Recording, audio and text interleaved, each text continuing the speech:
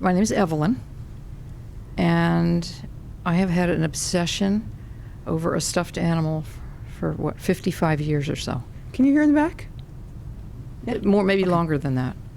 I grew up in a very violent household, and it was very oppressive religiously. We were not allowed to leave the house. My mother didn't let us go to school, and it was always, there was no affection, but a lot of hitting. And so I became obsessed with a stuffed animal. I had a little bear, and that was all I cared about, actually. I would hold it. As I got older, I made clothes for it. I took it everywhere with me. And then one day the truant officer came and said, "You're going to go to school. Your mother's not allowed to keep you at the house like this." So I had to leave the bear home. And I came home from school, and when I knew something bad was going on, I could feel it. You can feel it in your stomach, terror. And I ran into the house. We all lived in one room. There were 7 of us. And I saw my mother standing over the baby's crib with a large wooden coat hanger.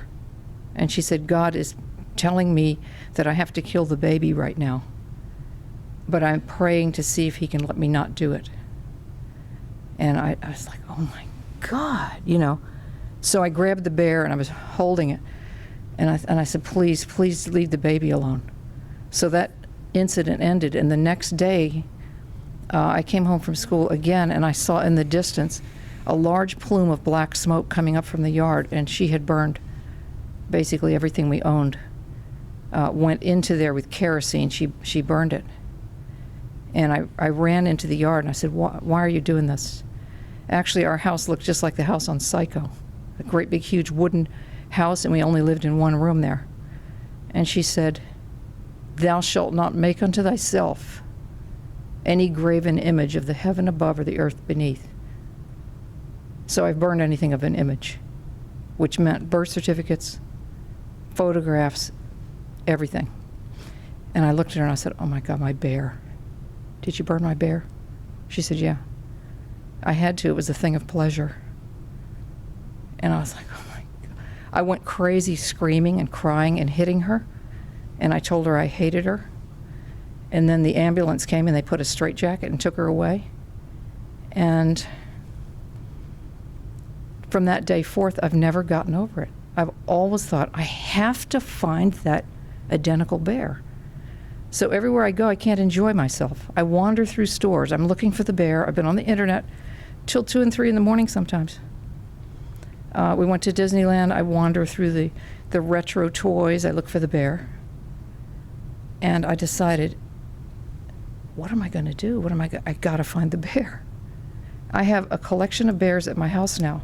My 2 daughters here have bought me, I cannot tell you how many bears. My ex-husband's bought me bears.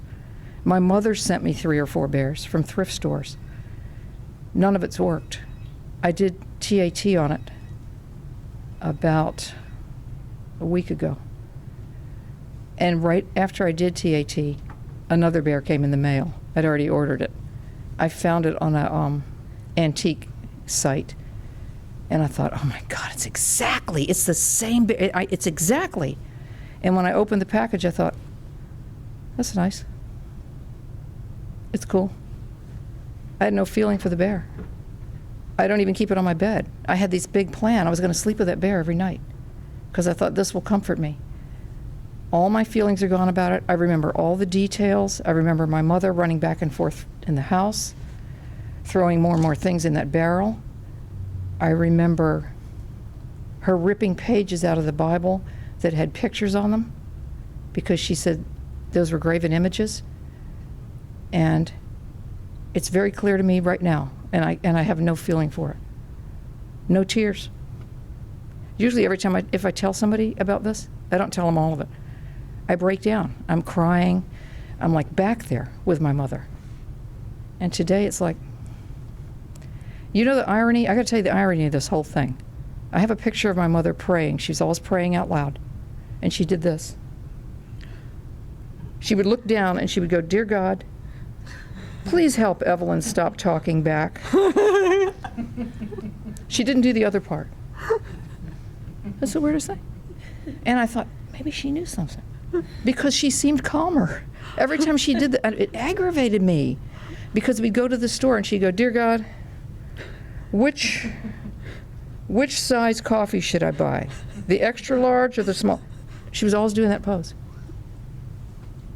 I don't know. I don't know what to say. It's magic. It's like magic.